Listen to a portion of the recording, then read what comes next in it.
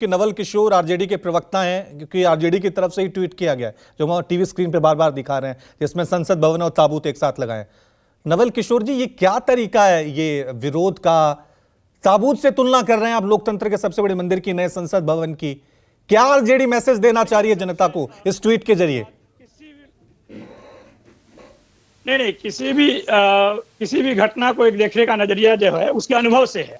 पिछले 8-9 साल में जब से यह सरकार आई है, विपक्ष के राजनीति को या विपक्ष के किसी भी बात को खारिज करने में, उसको बदनाम करने में वो सबसे आगे रहती है। उसका हमेशा ये कहना है जो भारत सरकार के खिलाफ या आलोचना करता है वो पूरे देश के खिलाफ है। किसी सरकार को किसी के देश के तुल या देश के बराबर सिद्ध करना, ये उससे बड़ी बात, गलत बात हो नहीं सकती है।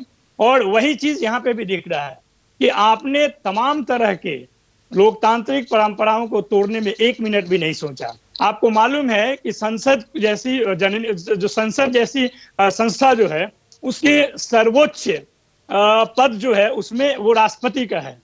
आप बार बार इन चीजों को आपने रेखांकित किया है कि आपके सामने राष्ट्रपति जो कि सबसे बड़े पद पे हैं और राज्य को रिप्रेजेंट करते हैं, भारतीय राज्य को रिप्रेजेंट करते हैं, उनको भी आप अपमानित करने का कोई भी मौका नहीं छोड़ा है। वो चाहे वर्तमान राष्ट्रपति हो या इसके पहले राष्ट्रपति हैं। जबकि उनका फायदा उठाना होता, पूरे देश में चिल्ला चिल्ला कर कहते हैं कि हमने दलित को राष्ट्रपति बनाया, हमने आदिवासी को राष्ट्रपति बनाया, लेकिन जहां पर उनके हक को स्थापित करने की बात होती है वहां पर खुद आकर बैठ जाते हैं। यह व्यक्ति केंद्रित, आत्म केंद्रित, स्वास्थ्य केंद्रित राजनीति को हम लोग भर्त्सना करते हैं। इसकी भर्त्सना होनी चाहिए और इसका खिलाफत होना चाहिए, क्योंकि इतिहास कम से कम ये जानेगा। नवल किशोर जी, राष्ट्रपति इसका उद्घाटन नहीं कर रहे हैं, इस पे बहस हो सकती है, इस पे चर्चा हो सकती है, लेकिन ताबूत लगा देना, ये क्या मैसेज, क्या कह रहे हैं आप?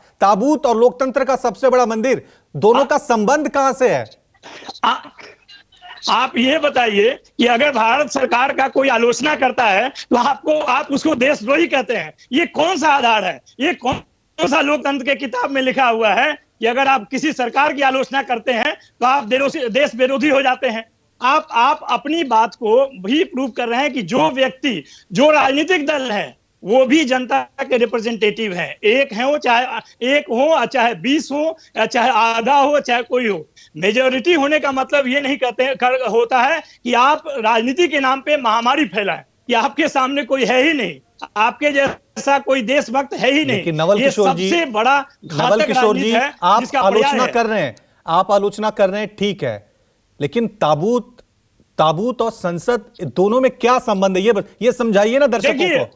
देखिए, आपको शब्द से अगर इतना परहेज है तो जिन शब्दों का चयन भारतीय जनता पार्टी एक दल के रूप में, एक सरकार के रूप में पिछले 9 वर्षों से किया है, आप बताइए कि उसका क्या मतलब है? किसी नेता को अपमानित करने का, वो चाहे शब्द से हो। आप सबसे लोकप्रिय नेता को भी आपकी संगठन और आपके राजनीतिक दल पूरी तरह से इस तरह से खारिज करते हैं जैसे लगता है कि वो उनकी लोकप्रियता जो है वो बिल्कुल बेकार है। आपकी लोकप्रियता जो कि आमतौर पे बनावटी है, यह दिखा है, लोगों ने देखा है कि जो आप कहते हैं आपकी बात सिर्फ बनावटी है, सिर्फ सजावटी है, उसका कोई मतलब नहीं है। आप कहते हैं कि सबका साथ सबका विकास, लेकिन जब बात आती है तो आप किसी संगठन की सुनते हैं। ठीक है, मनोज यादव जी रिस्पॉन्ड कीजिए, आगे नहीं बढ़ पाते। ठीक है, मनोज यादव जी रिस्पॉन्ड कीजिए।